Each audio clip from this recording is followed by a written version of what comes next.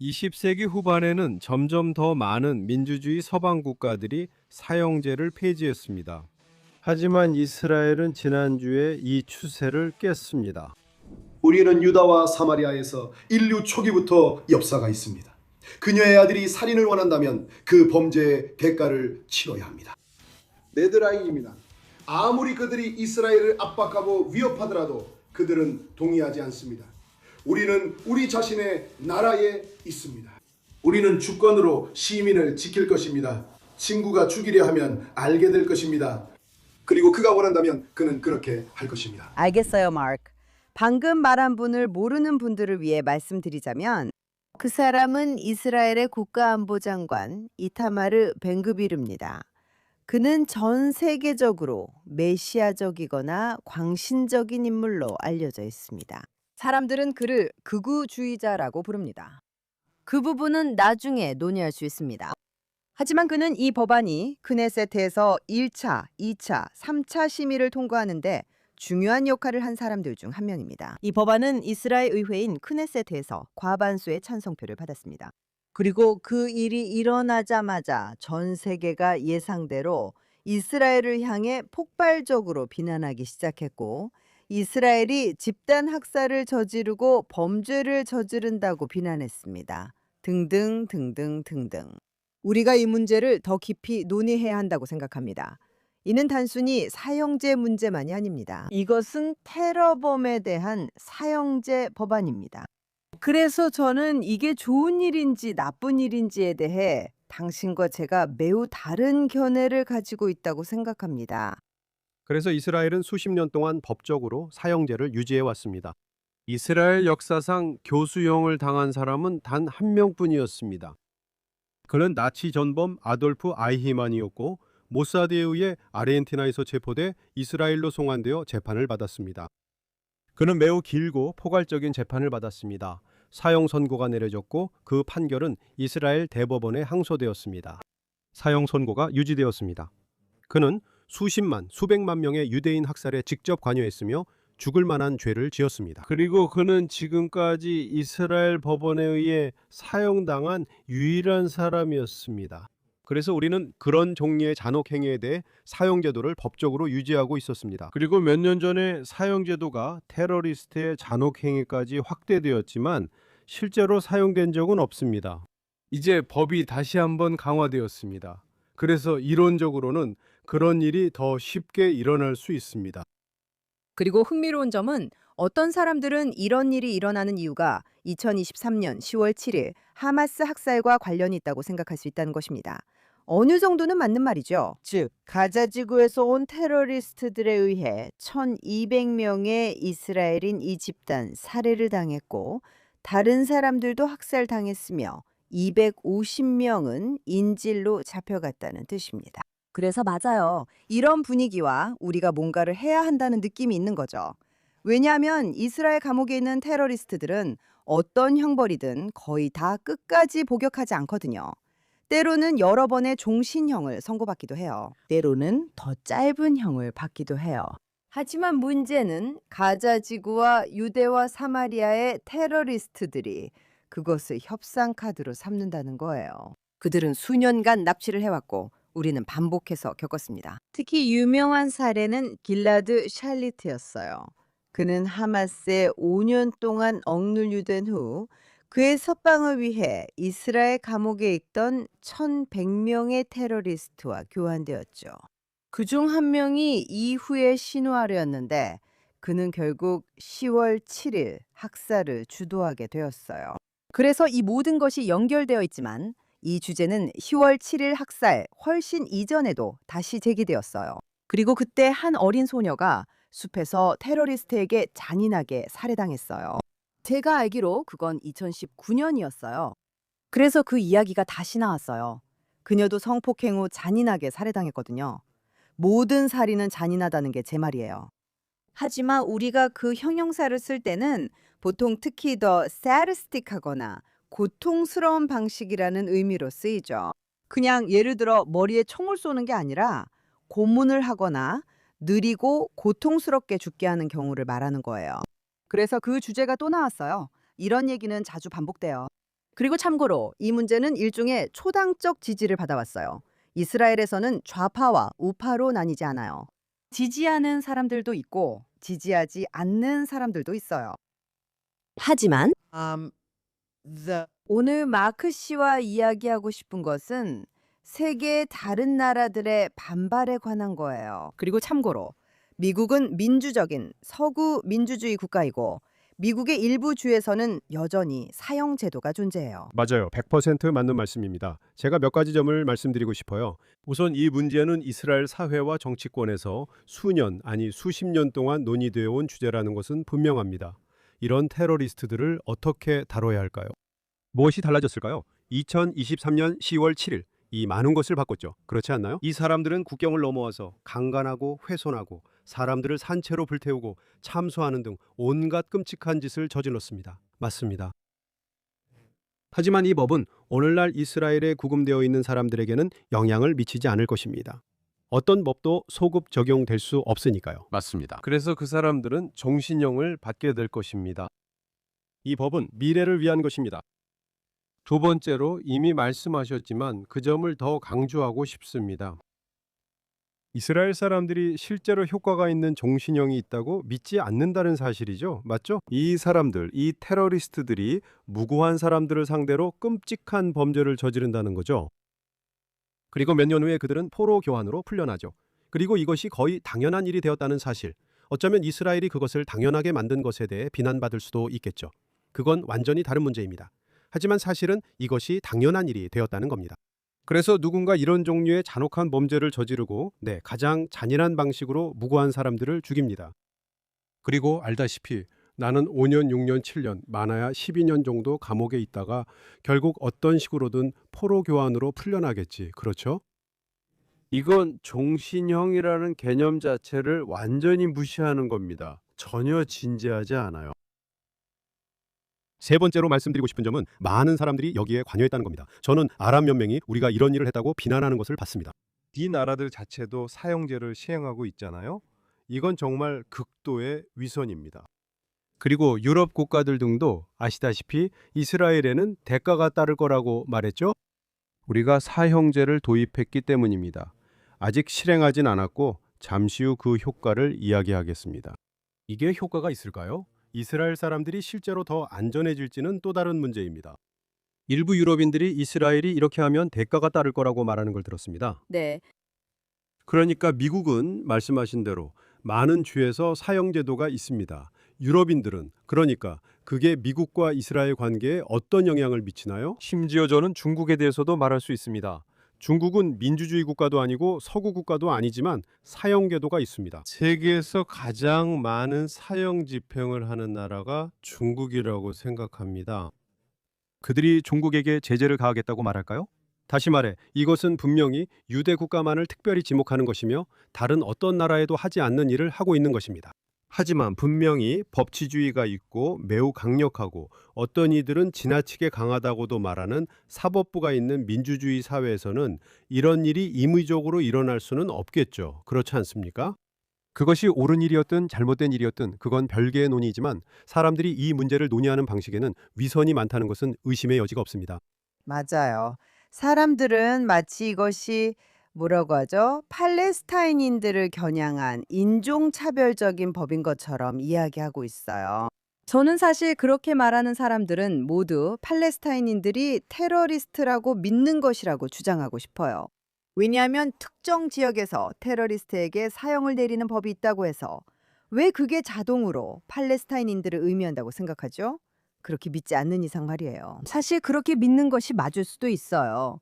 왜냐하면 실제로 대부분의 테러 행위는 팔레스타인 자치정부 관할 지역과 가자 지구의 주민들에 의해 저질러지고 있기 때문이에요. 그건 그냥 사실이에요. 사실 이 법은 우리가 이른바 유대인 테러리스트라고 부르는 이들에게도 사형을 가능하게 해요. 그 용어를 싫어하는 사람들이 있습니다. 왜냐하면 테러리스트의 정의에 대한 논의가 필요하기 때문이고 이는 또 다른 논의거리입니다.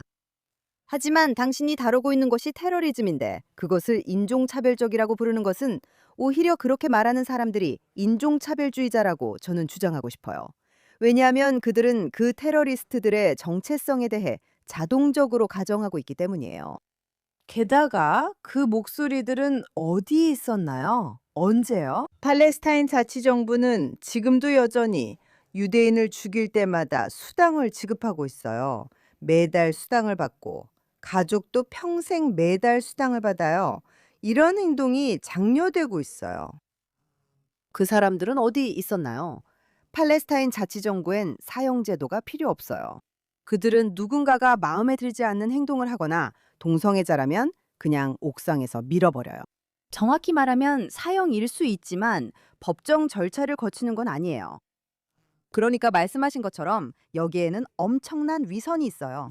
이제 테러리스트들, 10월 7일에 누쿠바 테러리스트들에 대해서는 이 법이 소급 적용될 수 없다는 건 사실이에요. 하지만 벤 그비르 장관은 그에 대해 질문을 받았다고 말했어요. 그리고 그는 그것이 사실이라고 말했지만 앞으로 어떤 형태로든 개정이 있을 것이라고 했어요. 저희가 그 부분을 준비할 거예요. 실제로 그것이 가능하도록 만드는 거죠. 이와 관련된 또 다른 문제는 이스라엘 사람들이 누군가가 종신형을 선고받고 실제로 감옥에 남아있는 것을 믿지 못하는 이유가 그게 테러리스트에게만 해당되는 게 아니라는 거예요. 그것과는 별개로 저는 이스라엘의 사법 시스템이 살인범들에게 너무 관대하다고 항상 생각해왔어요. 유대인이든 아랍인이든 그들이 어떤 정체성을 가졌든 저는 상관없어요. 우리는 정말 끔찍한 살인 사건들을 여럿 겪어왔어요. 그리고 그들이 말하는 종신형이란 게 20년이에요. 만약 당신이 30살의 범죄를 저질렀다면요. 50살에 출소하게 돼요. 그게 종신형이래요. 제 눈에는 그게 종신형이 아니에요. 그래서 저는 항상 그게 끔찍하다고 느꼈어요. 그리고 테러리스트들의 문제는 그들이 아주 오랜 세월 감옥에 있어도 일반 범죄자나 살인범들과는 다르게 이스라엘 교도소 시스템을 이용해 왔다는 거예요. 대학 학위를 따고 모이고 새로운 테러 조직을 만들고 더 극단적으로 변하고 꾸란을 공부하고 다시 감옥 안에서 서로 합류해서 밖에서 테러 공격을 저지르기 위해 준비하는 거예요. 그들은 정말 편안한 환경을 누려왔어요. 그들은 자신들의 음식을 직접 요리하고 피타빵도 직접 구울 수 있도록 허락받았어요. 그들은 텔레비전도 있었어요. 그런데 벤그비르 장관이 국가안보부 장관이 되었을 때 그는 그것을 중단시켰죠. 그는 여기가 여름 캠프가 아니라고 말했어요. 여기는 감옥이에요. 그리고 이 사람들은 끔찍한 폭력 행위를 저질렀어요. 니크바 테러리스트들뿐만 아니라요. 어쨌든 제 생각에는 그가 여러 가지로 비판받을 점이 있지만 종종 잘못된 이유로 악마화된다고 생각해요. 지금 당신이 제기한 두 가지에 대해 답변하고 싶어요. 우선 팔레스타인 자치정부가 테러를 저지르도록 유인한다는 점에 대해 이야기해 봅시다. 그리고 일반 범죄와는 달리 여기서 꼭 짚고 넘어가야 할 점이 있습니다. 당신도 언급했듯이 이스라엘에서 우리가 목격한 정말 끔찍한 범죄들이 있었죠. 하지만 관점에 따라 이스라엘은 다른 서방 국가들과 비교해 매우 안전한 나라입니다. 우리나라의 살인율이나 그런 종류의 폭력 범죄율은 예를 들어 서방 국가들의 평균보다 훨씬 낮습니다. 그렇죠? 그리고 우리는 이스라엘에서 그것을 자랑스럽게 생각할 수 있습니다. 하지만 이제 이것을 한번 살펴봅시다. 팔레스타인 자치정부는 물론 그들 자신의 법에 따르면 누군가가 유대인에게 땅을 팔면 사형에 처해집니다. 맞죠? 그들은 그런 일에 대해 자체적으로 사형 제도를 가지고 있지만 아무도 그것에 대해 이야기하지 않습니다. 맞죠? 정말 말도 안 되는 일입니다. 하지만 그들은 사람들이 테러리스트가 되도록 여러 인센티브를 제공합니다. 말씀하신 대로 재정적 인센티브도 있습니다. 사람들이 유대인을 죽이고 감옥에 가면 가족은 팔레스타인 자치정부에서 평생 지원을 받습니다.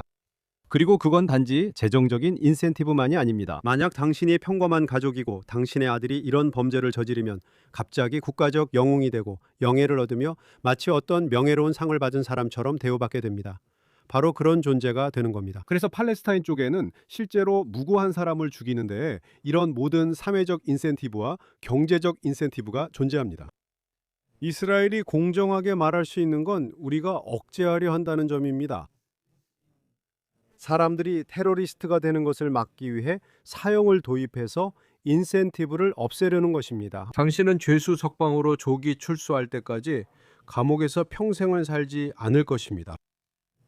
이게 제가 말하고 싶었던 한 가지입니다. 팔레스타인 자치정부는 테러를 장려하고 있고 이스라엘이 하려는 일은 효과적이든 아니든 그 부분은 우리가 앞으로 논의할 것입니다. 그건 아직 남아 있습니다. 하지만 그게 바로 그 취지입니다. 억지력을 제공하는 것이죠. 왜냐하면 다시 한번 말하지만 세상에는 긍정적인 유인이 너무 많기 때문에 부정적인 유인이 필요하기 때문입니다. 유대인 테러에 관한 부분에서 이 법안의 비판자들, 즉 합리적이고 논리적인 비판자들은 법안의 문구가 팔레스타인 테러에 더 적용된다고 말합니다. 저도 동의합니다. 모든 유대인 자경단의 폭력이 테러는 아닙니다. 나무를 베었다면 저는 반대하며 그들은 나무를 벤 죄로 감옥에 가야 하지만 이는 테러가 아닙니다. 테러는 무고한 사람을 살해하는 일입니다. 물론 예외적으로 그런 사례들이 있었습니다. 가장 유명한 사례는 약 10년 전 두마에서 있었던 일입니다. 한 유대인 극단주의자가 화염병을 던져서 한 팔레스타인 젊은 가족이 산채로 불에 타 숨졌습니다. 그리고 그 남자는 종신형을 연이어 선고받고 감옥에 갔죠? 네타냐후 본인도 그 사건을 유대인 테러라고 불렀던 걸로 압니다. 맞죠? 그리고 그는 공개적으로 보안 당국에 이런 행동을 하마스나 헤즈볼라와 똑같이 다루라고 촉구했습니다. 그리고 그건 당연한 일이었죠. 그리고 그들은 이 법안이 작성된 방식의 문제점은 그런 종류의 유대인 테러에도 사용을 적용할 수 없다는 것이라고 말했습니다. 그리고 저는 변호사가 아닙니다. 법안을 직접 확인해 봐야 할 것 같습니다. 저는 그걸 받아들일 수 있을지 잘 모르겠습니다. 하지만 그게 제기된 문제 중 하나였습니다. 제 생각에는 중요한 부분이라 꼭 말씀드려야 한다고 생각합니다. 이스라엘 사람으로서 제 관점에서 볼 때 이스라엘에 대한 가장 큰 위협은 팔레스타인 테러리즘에서 온다고 이해하고 있습니다. 네, 맞습니다. 유대인 테러리즘은 정말로 주변적이고 미미한 현상입니다. 그런 일이 있긴 했습니다. 가장 끔찍한 사례를 생각해내기 위해 10년 전으로 돌아가야 했죠. 맞습니까? 팔레스타인인들은 다른 표현을 쓰자면 그런 전례가 훨씬 더 많습니다. 하지만 그럼에도 불구하고 이렇게 극단적인 사례가 있을 때는 색안경을 끼지 않아야 한다고 생각합니다. 이스라엘인들에게도 똑같이 적용되어야 합니다. 저도 동의해요. 그리고 참고로 아무도 우리가 단순히 팔레스타인 테러리스트들을 죽이자는 얘기만 하고 있다고 말하는 건 아니에요. 아닙니다. 들어보세요. 팔레스타인 테러리스트들이 돌을 던지는데 특히 고속도로에서 차에 던지면 매우 위험하고 치명적일 수 있습니다. 우리 모두 그런 경험이 있습니다. 그런 일에 대해 사형을 얘기하는 사람은 아무도 없어요. 알겠죠? 아주 명확한 부분이 있고 제 생각에는 법이 더 명확해져야 할 것 같아요. 그리고 참고로 이 법이 유대인 테러리스트를 포함하는지에 대한 논쟁이 있지만 분명히 실제로 그런 살인을 저지르는 사람들에 대해서만 해당돼요. 다시 말하지만 나무를 베거나 돌을 던지는 것 같은 행위가 아니라 실제로 그런 범죄를 저지르는 사람들에 대한 거예요. 방화조차도요. 유대인 테러리스트라고 불리는 사람들이 있었어요. 저는 그렇게 부르고 싶지 않지만 어쨌든요. 이 특정한 경우에는 그들이 방화범이었어요. 그들은 차에 불을 질렀지만 차 안에 사람이 있지는 않았어요. 알겠죠? 그래서 네, 그들은 감옥에 가야 한다고 주장할 수 있습니다. 그것이 우리와 팔레스타인 당국의 차이입니다. 우리는 그런 식으로 행동하는 사람들을 처벌해요. 그리고 팔레스타인 당국은 그들을 영웅시하죠. 이제 사형제에 반대하는 논거 중 하나는 제가 미국에서 자라면서 항상 들었던 건데 주된 이유가 단순히 이건 인도적이지 않다거나 우리가 신처럼 행동할 수 없다는 게 아니었어요. 실수하면 어떻게 하냐는 거였죠. 한 명의 무고한 사람이 처형되는 것은 100명의 살인범을 풀어주는 것보다 더 나쁘다는 거였어요. 그게 항상 윤리적인 논쟁의 핵심이었죠. 그리고 미국에는 이노센트 프로젝트라는 단체가 있어요. 그곳에서는 사형수든 아니든 수십 년 동안 감옥에 있었던 사람들이 다시 조사되고 있어요. 그리고 이제 새로운 DNA 기술, 더 발전된 기술 덕분에 과거에 저질러진 범죄의 증거가 드러날 수 있게 되었어요. 그리고 그런 사례들이 있었죠. 부당하게 감옥에 갇힌 사람들이 몇 명뿐만이 아니었어요. 그래서 사형을 선고받았거나 사형 집행이 예정되었던 사람들에 대해서도 저 역시 그건 끔찍하다고 생각해요.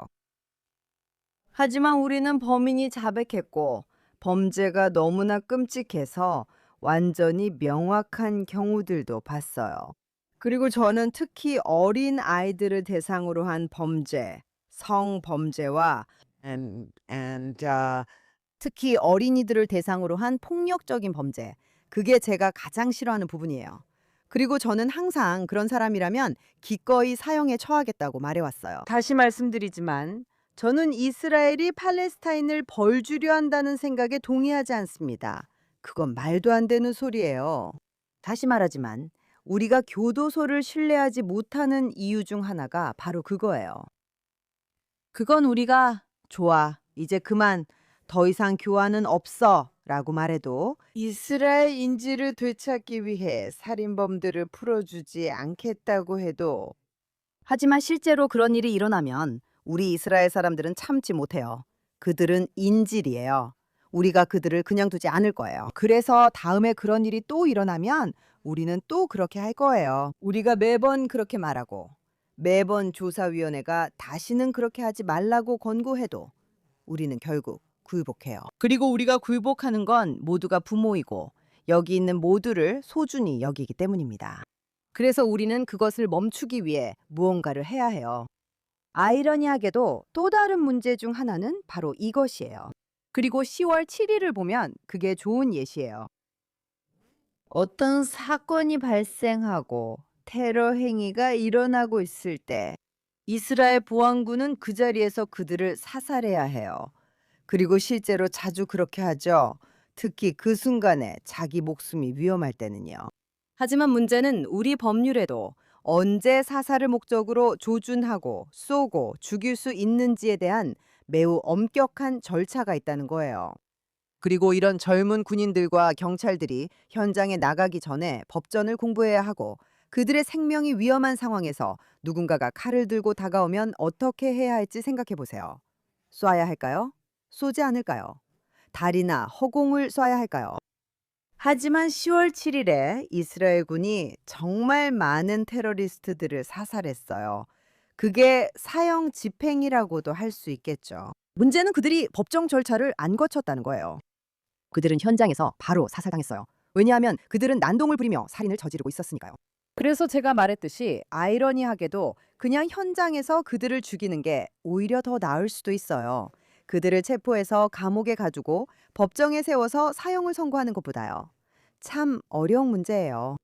그리고 당연히 누군가가 당신과 전투 중이라면 그들이 당신을 죽이기 전에 당신이 그들을 죽이는 게 당연하죠. 그건 기본입니다. 누군가가 항복했는데도 그들을 죽이면 또 다른 문제입니다. 네, 우리는 그들을 죽일 수 없어요. 이스라엘 법상 그렇게 할 수 없고 복수도 효율성에 문제 있다고 봅니다. 이런 사람들이 종종 귀중한 정보를 제공할 수 있기 때문입니다. 우리는 10월 7일 학살범들로부터 그 사실을 알고 있습니다. 네, 우리가 생포한 자들은 종종 현재 상황에 대해 매우 유용한 정보를 제공했습니다. 그래서 누군가가 항복한다면 그들을 체포해서 신문하는 것이 실용적인 이유도 있습니다. 이제 정확성에 대해 이야기해 보겠습니다. 많은 이스라엘인들에게 이게 본능적으로 와닿는 걸 압니다. 이들은 잔인한 테러리스트로 사형을 받아야 한다고 생각합니다. 도덕적 문제에 대해선 누구나 의견이 다를 수 있습니다. 도덕성은 사람마다 가치관이 다릅니다. 저는 여기서 실제로 이게 테러 수준을 낮출 수 있을지에 집중하고 싶습니다. 그리고 여기에는 심각한 의문점이 있다고 생각합니다. 마크. 왜냐하면 예전에 자살폭탄 테러범들이 있었잖아요. 그렇다면 이미 죽을 생각으로 행동하는 자살폭탄 테러범에게 사형이 억제 효과를 줄 수 있을까요? 총이나 칼을 들고 군중 속으로 돌진하는 테러범에게 억제 효과를 줄 수 있을까요? 그들은 어차피 죽을 거라 생각할 수도 있죠. 잘 모르겠네요. 정말 어려운 문제네요. 어떻게 억제할 수 있을까요? 사형이 자신의 신념을 위해 죽으려는 사람에게 억제 효과를 줄 수 있을까요? 가미카제 조종사처럼요. 맞죠? 당신은 죽을 겁니다. 그래서 사형을 내리겠습니다. 하지만 그게 정말 효과가 있을까요? 실제로 이스라엘 사람들이 더 안전해질까요? 그리고 수년 동안 보안당국은 그런 법에 반대했지만 이제는 공개적으로 반대하지 않았습니다. 하지만 저는 여전히 이것이 이스라엘 대중에게 실제로 효과가 있을지에 대해서는 의문이라고 생각합니다. 두 번째 질문은 의도치 않은 결과는 어떻게 되는지입니다. 그리고 사형 선고를 받은 팔레스타인인이 사형 집행을 기다리고 있다고 가정해 봅시다. 그는 이미 선고를 받았고 다음 주 화요일 교수형 예정입니다. 알겠습니다. 그런 상황에서는 우선 전 세계 대통령이나 종교 지도자들로부터 이 사람의 생명을 살려달라는 온갖 편지들이 오게 될 것입니다. 그 10일 동안 테러 단체들은 무엇을 하고 있을까요? 그들은 이스라엘 사람들을 납치해서 네가 그를 죽이면 우리도 이들을 죽이겠다고 협박하려고 할까요? 그런 행동에는 여러 가지 전례가 있습니다. 다시 말해서 실제로 이런 일이 일어나면 그게 무슨 의미가 있는 걸까요? 지금은 이런 일에 간섭하지 않는 미국 대통령이 있지만 앞으로 사형에 반대하는 대통령이 나오면 어떻게 될까요? 그런데 미국 대통령뿐만 아니라 사명권을 가진 이스라엘 대통령도 있습니다. 그리고 우리 법원도 있죠. 우리 대법원은 이런 일에 정말 반대하거든요. 저희 법원 시스템을 생각하면 사형이 실제로 집행되는 경우가 있다면 정말 놀랄 거예요.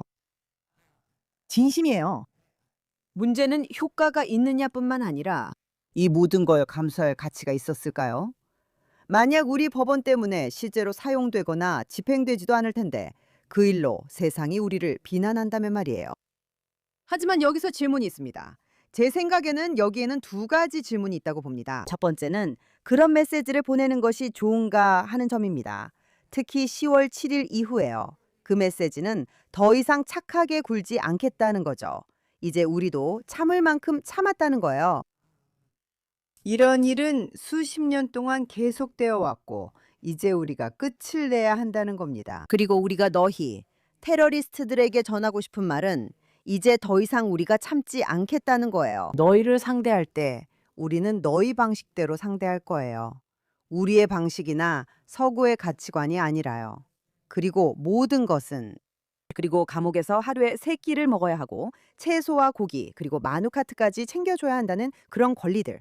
이제 그런 건 없어요. 아니에요. 더 이상 그런 건 없어요. 알겠죠? 당신들은 우리 국민을 고문하고 죽이고 강간했어요. 그 결과는 당신이 죽는 거예요. 당신은 이미 죽은 목숨이에요. 알겠어요? 그 메시지도 중요한가요? 결국 실행되지 않더라도 메시지를 전달하는 것이 중요한가요? 저는 그 질문에 대한 답은 모르겠지만 지금까지 우리의 메시지가 정말 약했다는 건 알아요. 그래서 10월 7일 이 다가오기 전까지 예를 들어 매주 금요일마다요. 가자지구에서는 10대 청소년들과 약간 더 나이가 많은 젊은이들이 가자지구와 이스라엘 사이의 울타리 너머로 화염병과 방화 풍선을 쏘곤 했어요. 그들은 매주 금요일 모여 폭동 등 행동을 했어요. 그리고 법원과 우리의 교전 수칙에 따르면 이스라엘군은 그들을 쏘는 것이 허용되지 않았어요. 그리고 그들은 우리를 시험하고 있었어요. 우리는 그들이 그렇게 하는 것을 계속 그냥 두었죠. 그냥 한 가지 예일 뿐이에요. 그리고 그들은 우리를 만만한 상대로 본 것이 맞아요. 그러니까 만약 그 똑같은 10대들이 하마스에게 그런 행동을 했다면 그들은 2초 만에 죽었을 거예요. 그래서 질문은 우리가 이슬람 극단주의 살인자들에게 어떤 메시지를 전달하느냐는 거예요. 그리고 지금 이란에서의 전쟁, 이슬람 공화국에 대한 전쟁에서 우리는 사실을 보고 있어요. 우리의 폭탄으로 그들이 억제되고 있지 않다는 거죠. 하지만 그게 문제가 아니에요. 문제는 우리가 이 극단적인 이슬람주의자들을 폭탄으로 억제하느냐가 아니라 우리가 그들을 패배시키고 약화시키느냐예요. 그래서 저는 왜 테러리스트에 대한 사형제 법안이 통과됐는지 이해해요. 법적으로는 다시 말하지만 저도 당신도 변호사는 아니지만요. 그리고 저는 이 문제에 대해 양쪽의 주장을 다 들어봤고 법안의 문구가 잘못됐다거나 뭐 그런 얘기도 들었어요. 하지만 한 가지는 인정할 수 없어요. 이 법이 인종차별적인 법이라는 건 전혀 사실이 아니에요. 저는 그 부분에 이의를 제기하고 싶어요. 당신이 말한 것 중에 사형제도가 서구의 가치관에 맞지 않는다고 하셨잖아요. 알다시피 미국은 매우 강력한 서구 민주주의 국가인데 아주 중대한 범죄에 대해서는 사형제도가 있습니다. 그리고 이스라엘에서도 우리는 오직 중대한 범죄에 대해서만 이야기하고 있습니다. 물론 미국에서도 이게 논란이 되는 건 저도 압니다. 이스라엘에서도 논란이 많은 주제입니다. 다시 말하지만 적절한 표현이 없어 무력감을 느꼈던 것 같습니다. 맞아요. 종범죄로 종신형을 받은 이들이 너무 빨리 석방되고 있습니다. 우리는 국민을 살아서 데려오기 위해 그들을 풀 필요가 없었기에 이스라엘을 비난할 수도 있습니다. 하지만 테러리스트는 항상 존재할 것이고 계속해서 납치가 일어날 것이며 계속 그런 일이 반복될 거라는 가정하에, 맞죠? 그래서 이것은 여러 면에서 종신형이 효과가 없다는 사실에 대한 이스라엘의 대응입니다. 저는 벤 기르시에 대해 한 말씀 드리고 싶습니다. 이 법안이 통과되자 벤 기르는 크레세트에서 샴페인 병을 따고 축하를 시작했습니다. 그리고 크레세트 의장인 아미르 오하나, 리쿠드의 지도자 중 한 명인 아미르 오하나가 아주 적절하게 그는 요청했습니다. 저는 그걸 뭐라고 불렀는지 모르겠습니다. 안내원들, 크레세트의 안내원들, 국회의 안내원들에게 그만두라고 말했습니다. 그들은 그렇게 할 수 없습니다. 그들은 그것을 가렸습니다. 그들은 그것을 집중시켰습니다. 그들은 그 병을 가렸습니다. 그리고 저는 이해합니다. 저는 벤 기르가 반드시 팔레스타인 테러리스트들의 앞으로 벌어질 죽음을 축하했다고 생각하지 않습니다. 그는 오랫동안 이 법안을 추진해왔고 마침내 크네세트 통과를 축하했습니다. 크네세트 의장에 따르면 그것조차도 적절하지 않았습니다. 그리고 제 생각에는 왜 그런지 설명하고 싶었습니다. 우리는 방금 유월절 세데르를 했잖아요. 전통적인 유대인 식사인데 익숙하지 않은 분들을 위해 말씀드리자면 유월절 저녁에 하는 겁니다. 그리고 우리가 이집트인들에게 내렸던 10가지 재앙을 되짚어보는 부분이 있습니다. 그리고 의식 중에 포도주 한 방울을 흘리는 부분이 있는데 결국 이집트인들도 고통을 받았기 때문입니다. 재앙 속에서 우리는 그 재앙을 후회하지 않습니다. 그 덕분에 유대인들이 자유로워질 수 있었기 때문입니다. 그들은 이집트 속박에서 해방된 거죠, 맞죠? 하지만 우리는 그럼에도 불구하고 고통받은 이집트인들을 위해 잠시나마 아픔을 느낀다고 말합니다. 그리고 저는 이스라엘에서 사형을 지지하는 사람들조차도 이것이 테러와 싸우기 위한 불가피한 악이라고 말해야 한다고 생각합니다. 그들은 이를 축하해서는 안 됩니다. 그들은 미소를 지어서는 안 됩니다. 이것은 그들의 입장에서는 그들이 주장해야 할 필요한 도구입니다. 사형에 대해 미소를 짓는 사람은 없어야 합니다. 이것은 심각한 논쟁입니다. 우리는 이 논쟁을 해야 합니다. 양쪽 모두에 좋은 논거가 있습니다. 저는 사형 찬성자들이 진지하고 설득력 있게 주장할 수 있다고 생각합니다. 하지만 그것에 대해 미소 짓지 마세요. 그것을 축하하지 마세요. 이건 필요하지만 안타까운 일이라고 말하세요. 아니요, 저도 동의해요. 적어도 그가 샴페인을 터뜨리고 웃으면서 뛰어다니는 것은 부적절했다고 생각해요. 하지만 그리고 다시 말하지만 그는 사실 자신의 입법 승리를 축하하고 있었기 때문이에요. 그리고 마치 자신이 단순히 교통에 관한 법안을 통과시킨 게 아니라는 걸 잊은 것 같았어요. 무슨 말인지 아시겠죠? 그리고 그는 종종 매우 어린아이 같기도 해요. 선의로 행동할 때조차도 마치 10대 운동가 같거든요. 그래서 그 모습이 정말 안 좋게 비쳤어요. 중요한 건 이거고, 그래서 저는 이스라엘 사회를 칭찬하고 싶어요. 그건 이스라엘에선 안 돼요. 크네세트 의장이 말했어요. 안 된다고. 병을 압수하고 그만두라고 했죠. 모든 이스라엘 사람들이 그건 수치스러운 일이라고 했어요. 알겠죠? 이 점을 우리가 더 강조해야 해요. 우리 적들이 그 샴페인 영상을 인터넷에 퍼뜨리고 있으니까요. 그래서 벤 그비르가 더 신중했어야 하고 그런 행동을 하지 말았어야 했던 거예요. 하지만 제가 말하고 싶은 건 한 사회를 판단할 때 사람들의 부적절한 행동이나 몇몇 나쁜 사람들 혹은 살인자들로 판단해서는 안 된다는 거예요. 사회는 그런 일들에 어떻게 대응하는지로 판단해야 해요. 그리고 팔레스타인 자치정부에서는 그런 일들에 대해 영웅시하고 금전적으로 보상하는 식으로 대응해요. 살인은 유대인을 살해하는 일은 찬양받아요. 테러리스트의 이름을 딴 기념비도 세워지죠. 이스라엘에서는 그런 일이 축하되지 않아요. 그리고 중요한 점은 샴페인 병을 따는 그 행동조차도 이스라엘 전역에서 비난받았다는 거예요. 좌파, 우파, 중도 모두요. 그러니까 그렇게 판단하는 거예요. 누군가가 바보처럼 행동하고 정말 어리석고 부적절한 일을 했는지가 아니라요. 다수가 어떻게 행동하고 우리가 어떻게 느끼는지를 보고 판단해야 해요. 하지만 이 점이 충분히 강조되지 않아요. 그러니까 샴페인 병을 강조하는 것도 좋긴 하죠. 샴페인 병을 압수한 걸 강조하면 안 될 이유가 뭐가 있겠어요? 저도 그 점에는 동의합니다. 이제 팟캐스트가 끝났네요. 이번이 거의 2달 만에 이란이라는 단어를 언급하지 않은 첫 팟캐스트인 것 같아요. 아마 한 번쯤 언급했을 수도 있지만 이란에서 무슨 일이 일어나고 있는지 길게 이야기하지는 않았네요. 다음 주에는 다시 그 얘기를 해야겠어요. 맞아요. 그리고 한 가지만, 아니, 2가지만 말씀드릴게요. 먼저 말씀드리고 싶은 건 저희 콘텐츠를 즐기신다면 저희 채널과 팟캐스트 이스라엘 언디플로매틱, 마크 레게브와 루티 블룸과 함께하는 팟캐스트에 좋아요와 구독을 꼭 눌러주세요.